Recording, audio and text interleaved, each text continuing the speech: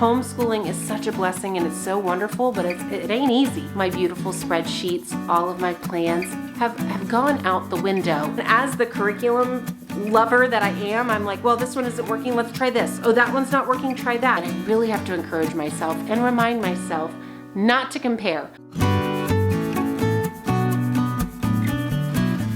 All right. Gosh, it's been a while. All right, hi guys, welcome back. In case you're new around here, hi, my name is Sarah and I am the homeschooling mom to 5 kiddos. So let me do the rundown. I have a 4-year-old, a 5, he's almost 6-year-old, 10, 15, and 16. So yeah, preschool all the way through high school. It's been a busy year. So that's why we're here. Today I want to share with you guys a mid-year homeschool update. Now, down below in the description box, I have links to all of my curriculum picks videos. Check those out below. That'll just really help to give some context to what I'm talking about today. But let's just dive right in and talk about the fact that it's been an unexpected busy year. I had such beautiful hopes and dreams and plans for this school year, and we started off with a bang. In August, we kind of slow rolled into the school year, just doing some math and some language arts, just getting our feet wet, dipping our toes in the water, and by mid-September or so, we hit the ground running, full homeschool for all of the kids. It was going wonderful. I had beautiful spreadsheets and schedules and we were following them all to a T, checking off all those boxes. Well, then life happened, right? As it so often does. My teenager, my oldest, got a part-time job. Yay, I'm so excited for him. But that threw a curveball in my homeschool plans because he started working at a restaurant and offered to them that he has a flexible homeschool schedule, and so he would be available to work lunch hours. So that means often he is working a shift right smack dab in the middle of our homeschool day. On top of that, Ezra, my kindergarten, he is autistic. He has been on wait lists for forever for some different therapies, speech therapy, occupational therapies. Well, it's just such a blessing, but it seems like all of those wait lists all came to an end right at the same time, all within just a couple weeks of each other. So my beautiful spreadsheets, all of my plans have gone out the window, and I have had to hold our days very loosely. I have to be very flexible. It feels like no week ever is the same as the last, and so I am often just flying by the seat of my pants and fitting homeschool into the nooks and crannies of our days. So if you can relate, if you are a busy, big family homeschool mama juggling all the balls at the same time, leave me a comment down below. I would love to know that I'm in good company.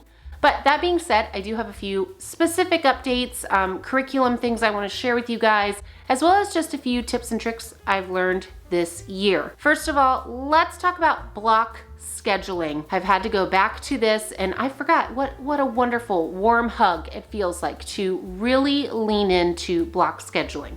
Now, a couple years back when I first started my channel, oh gosh, the quality of this content is not great, but I did an entire video on block scheduling. And so much of what I said about block scheduling still holds true for our family today. So if you're brave enough to check that one out, go for it. But I'll just give you kind of an overview here.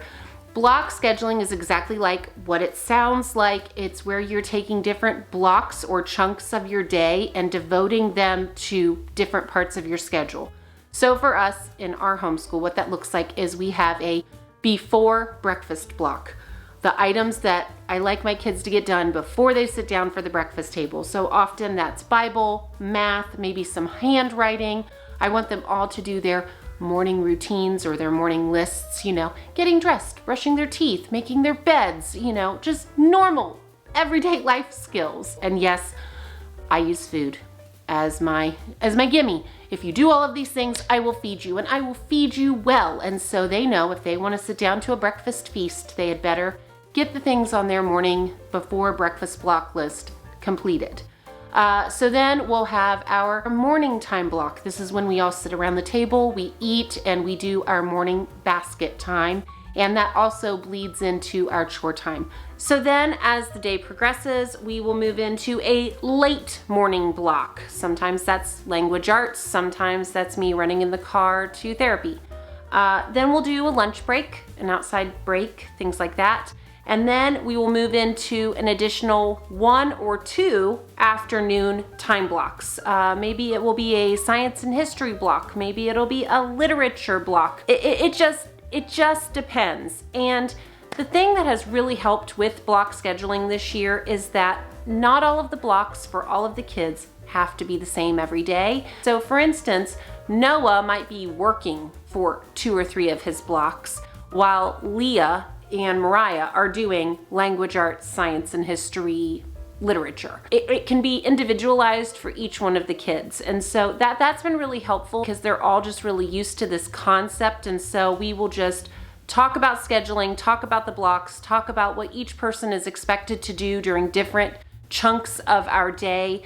And it's really, really helped because as we have been scattered and going in all different directions, it helps for me as mama to keep track of what everybody's supposed to be doing during each one of those different time frames. Now, speaking of everybody scattering, let me just talk for a second about morning time. These have been one of the things I've been clinging to when it feels like all of us are going in different directions, gathering everyone together, all of us sitting down together for even just a short amount of time and being on the same page, studying something together. It's been very bonding for our family, and it's honestly been absolutely essential. 3, sometimes 4 times a week, I will make sure that we all sit down and do a group subject, morning basket, morning time, whatever you want to call it, time in our day. Now, sometimes this is at 8:30 in the morning, sometimes it's at noon, at lunchtime. It just depends. All right, sorry, I had to get up and walk around. My foot was asleep, and you might be able to hear it in the background. All of my kids are coming in from outside. We have a few inches of snow. They've been sledding, they've been doing snowballs and snowmen and all the fun that there is, but they're all like a herd of elephants coming inside and taking off all their wet clothes and boots. So had to direct that just a little bit. But anyways, I want to spend a little bit of time kind of going through each of the different age groups that we have in our homeschool and talk specifically about what curriculum has worked, what isn't working as well, some things like that. So I just have a few pieces of curriculum I want to highlight. Let's start with my high schoolers. And let me just say, homeschooling high school has been wonderful. It is not at all as scary as it sounds or as it seems. So let me just put that out there. I've been doing it for a whole 2 years now, but homeschooling high school has been really, really fun. I'm not having to teach as much as I thought I would. I'm really more of a coach, of an encourager, a manager, a counselor. I'm constantly going through and helping them figure out all of their different subjects, all of their courses and credits and classes, helping them to balance that, to know how much time they should be devoting to things. It's a little bit of a different role than what I did when they were younger. Another big portion of homeschooling high school is grading, and something I feel like I'm just constantly battling and need to get better at, because I will be all caught up, have all of the geometry tests and grammar and all of it done, and I'll feel really good, and then I'll slack off for a few days or a few weeks and it'll all pile up again. Now, let's talk about a couple of the courses. First of all, Not Grass Exploring World History. The kids have really enjoyed this course this year. It's a lot. There's a lot of reading. There's a lot of information packed in there, but we have been pairing their textbook reading alongside of some living books, novel, chapter books, whatever you want to call it, but essentially historical fiction books to pair alongside what they are studying in their Not Grass textbook. And so this back and forth of reading the facts, taking notes, really kind of getting a big picture perspective on what's going on in that timeline of history, paired with reading a really good personified book that really just takes the content and brings it to life.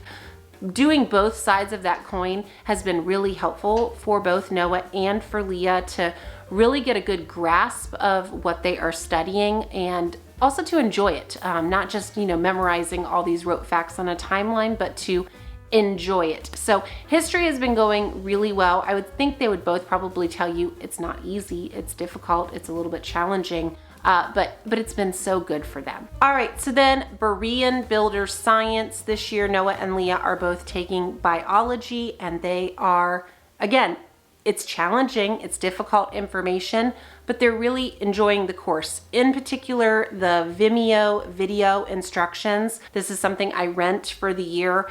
They've really enjoyed the course on there. The teacher is just fabulous at breaking down the information and giving them visuals and making some really, difficult information, breaking it down and simplifying it in a way that they can more easily understand it. So the Vimeo courses have been great. The other thing that we have done, and I may have mentioned this in my curriculum picks video, I don't know. I kind of knew we would do this going into the school year, but we ditched the tests.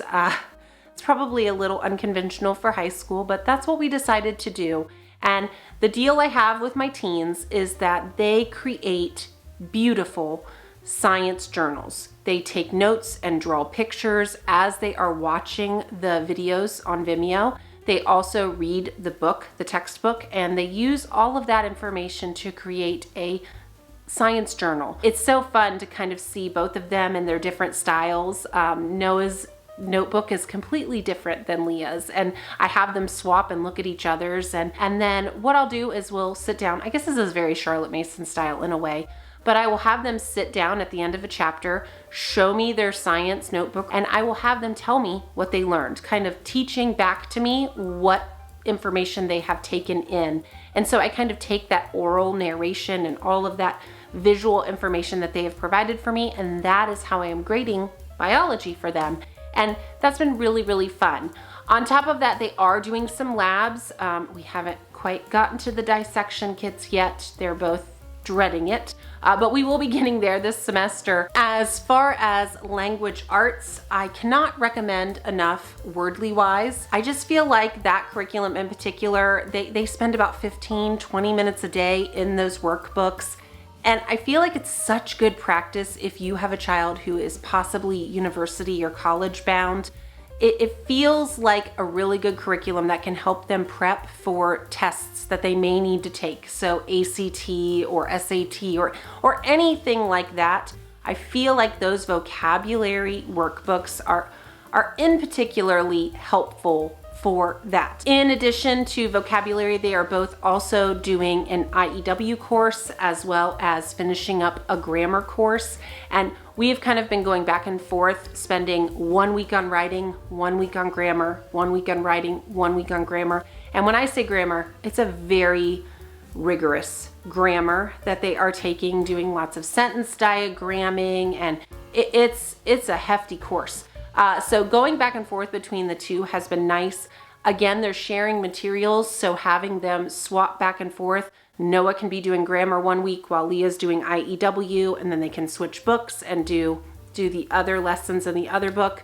That's worked really well. I think it also keeps it interesting. They aren't getting too lost in writing a paper or too lost in sentence diagramming. They get a week off of each of those, and so that's just been really, really good. All right, so next up, Mariah. 4th grade is really kind of the year. I have noticed that with almost all of my kids thus far, it's kind of that transition year where in 1st, 2nd, and 3rd grade, you are really holding their hand. You're having to sit shoulder to shoulder for just about everything. And something in 4th grade, they just kind of cut loose and they get more independent, and they're able to read some of their science lesson on their own or their history lesson on their own. They really start getting into chapter books, and they aren't needing to sit with you and read readers aloud to you anymore. And so 4th grade has just really been a fun transition year for Mariah. Now, as I said in my curriculum picks video for her, I've really focused on notebooking this year with Mariah. I really wanted to simplify our science and our history in particular, and so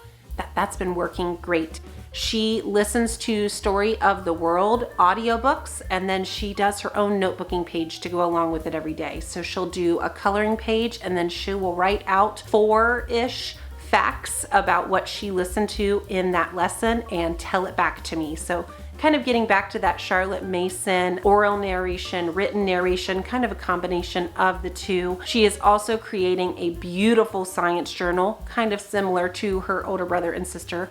But she has been working through, I call it Answers in Genesis. Some people call it Master Books now because they now have it out. But it is the God's Design for Life series. It's their biology course of animals and plants and the human body. So she has been working through the animals book and has really been enjoying notebooking all kinds of different fish and amphibians and mammals. She's been using our animal encyclopedia a ton to add to her science journal. So that's been just fun to see her really take ownership of that subject and enjoy creating this beautiful journal. She has also really taken off in her reading. I think she has almost completed her entire literature shelf for the year. Her reading skills just really amped up throughout the fall, and she is now reading chapter book series for fun. I often find her ditching her chores or trying to ditch some of her schoolwork because she is so caught up in an I Survived book and, oh mom, can I just finish one more chapter, please? And I'll share a couple of her favorite series. Like I said, she loves the I Survived series. Those have been really kind of, again, historical fiction. She's been doing some of the American Girl doll history chapter books, some of the really old ones, like I find them at secondhand stores, the old like white covers on them with just the American Girl doll, the illustration of them on the front. She's been reading through a bunch of those, as well as the Encyclopedia Brown series. That was one of the books on her literature list this year. She really enjoyed it, so she's just been wanting to read through that whole series. So I definitely would recommend, if you have a reader who is really starting to take off, introducing series has been really helpful for me. What I even have done often with my kids is I will read the first book of a series aloud, and then I will say, hey, if you want to find out more, you're going to have to read the rest of the series on your own. That's something that really worked when I had a struggling reader, to just kind of whet their appetite for getting them invested in characters and plots, and they would really get into the book, and then I'd just be like, well, you got to read the rest on your own. Mom's not gonna buy the audiobook, and I'm not gonna read any more aloud. And so I know I've been sharing a lot of what's been going really well curriculum wise, but I do want to be real and transparent with you guys as much as I can be, and share something that hasn't been going so great. And this one really took me by surprise. I will put a little disclaimer here that Mariah has given me permission to share this, because we both agree that it might be encouraging for some of you out there. But math has not been going great for us this year. I wholeheartedly have proclaimed that I am a Math UC junkie, and that is still true. I love Math UC. We are not by any means going to ditch Math UC.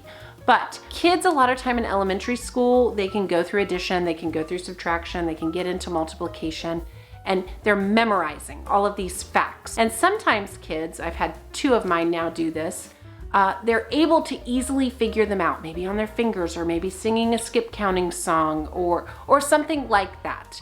And they aren't actually memorizing them, like 7 times 5 is 35, and just having that memorized without having to think about it. They're having to think in their head, 5, 10, 15, 20, 25, and 30, 35, 35. When I realized that has been happening to Mariah, that she has kind of been able to figure out all of these facts, but not actually have them memorized, we started having some problems. She was really starting to struggle with some of her math. It was taking a very long time to get through worksheets.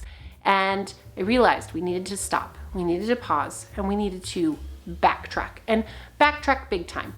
So my first instinct was, okay, let's take a break from Math UC and let's just do some flashcards. Let's play some games. Let's do some fun activities.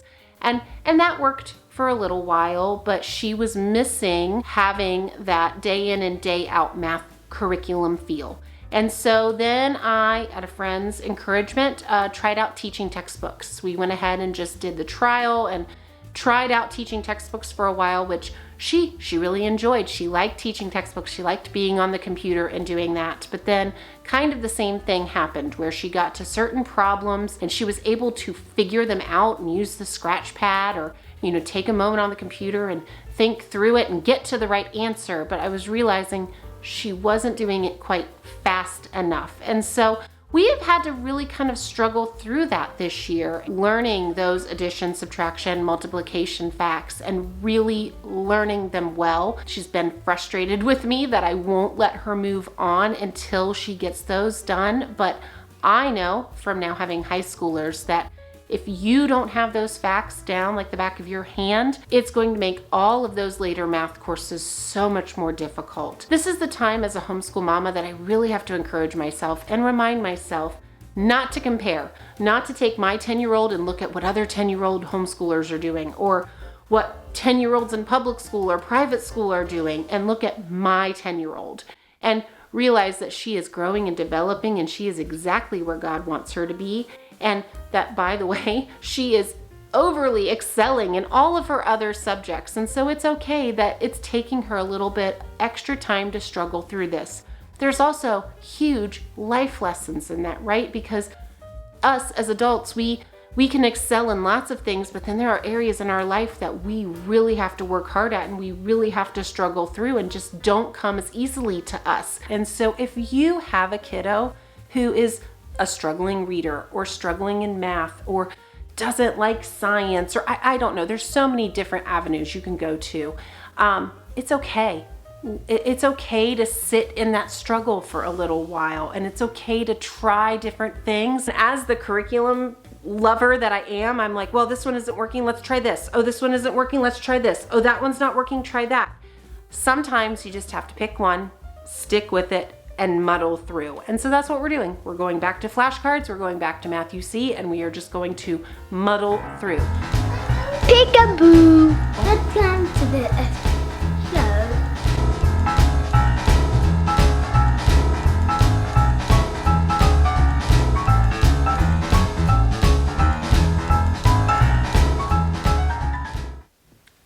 Okay, I think this is similar to what I had going when I was filming now about an hour ago. I had to pause mid-video and make some dinner for my kids as well as give one of my little ones a bath. And by that time, it's pitch black outside and I had to set up some lights to finish filming. So just bear with me for any technical difficulties that may be coming with this. Anywho, I want to talk all about homeschool with my littles so far this year. If you're new to the channel or if this is one of the first videos you've seen from me, I have a 4-year-old preschooler, Ava, that is my youngest, and then Ezra, my 5, almost 6-year-old, is in kindergarten. He is autistic and has special needs, and so, kind of figuring out homeschool for him as we go. Now, I have loved all of the curriculum that I chose for them this year. However, I've had to focus a lot less on academics than I thought I would. With Ezra starting therapy, it has been an adjustment for him, an adjustment for me, and an adjustment for Ava.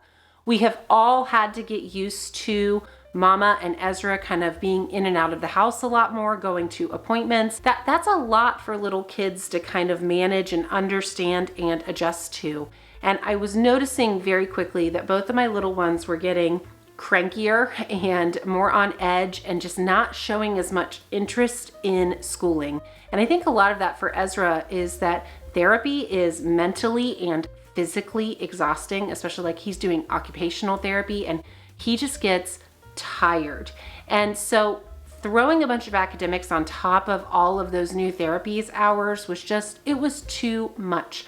And so I've had to kind of slow down and reassess and really think about what my goals for each of my kiddos are this year when it comes to school, and kind of get back to my Charlotte Mason roots and remember that they're not 6 yet. And so we just need to follow their lead and do what they're interested in. And so that's what I've been doing. Been trying to do a lot of play-based learning with them and kind of, work on some school style habits. Sitting in our chair for longer lengths of time, working on attention and being able to focus on different tasks for longer lengths of time. Visual schedules, visual timers, those have been our best friend recently. We've been playing a lot of little games, turn-taking games to help learn taking turns, but also following instructions and following rules. All of those are just really good life skills, but also really good practice for formal lessons, for formal education that will be coming up for both of them. I'll just throw out a few of my favorite curriculum that has been really working well. For instance, Handwriting Without Tears, the pre-K kit that I bought this year, the Readiness in Writing. It's been great. We use it almost every day in some form or another. We will use the Play-Doh to make different letters, or we will use the Magna Doodle or the blocks to form letters. And for the little ones, this is play to them, but also learning. So that has just really fit well into this preschool, kindergarten thing that we've got going on. I've also, if you follow me on Instagram or you've seen any of the shorts here that I post every once in a while here on YouTube, before 5 in a row, that has been the core of my schooling with my little ones, and probably my favorite thing that I've done in our homeschool this year. Basically, if you're not familiar with it, it takes a classic picture book and you read it 5 days in a row, and then you do fun play-based learning activities, crafts, snacks, different things to go along with that book. And I use that curriculum as kind of my jumping off point as my reading list, and I really just peruse Pinterest and other homeschool Instagram and YouTube mamas for inspiration and ideas. And so, for instance, the last couple weeks we did Katie No Pocket and fun activities. We had some matching games and coloring pages. We jumped around and pretended we were kangaroos. We wore aprons like Katie did. Just all kinds of extension activities to go along with the picture book. It gets them very excited about reading. It gets them excited about doing some type of school or learning.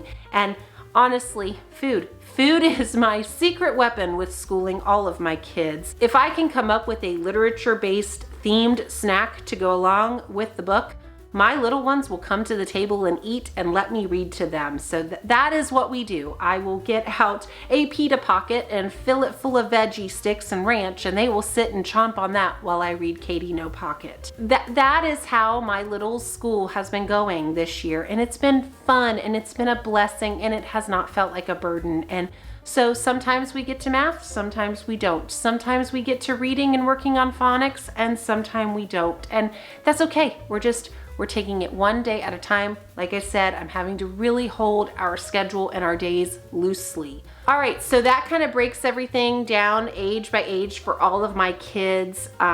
Looking ahead to the rest of this school year for 2024, of course, you know me. I have plans, I have a vision, I have thoughts. I'm such a planner. I'm really excited for the rest of this school year. We are about halfway through. This is, about mid to end of January when I am filming this. Right now, I'm kind of bracing and preparing myself for that mid-February to March homeschool slump.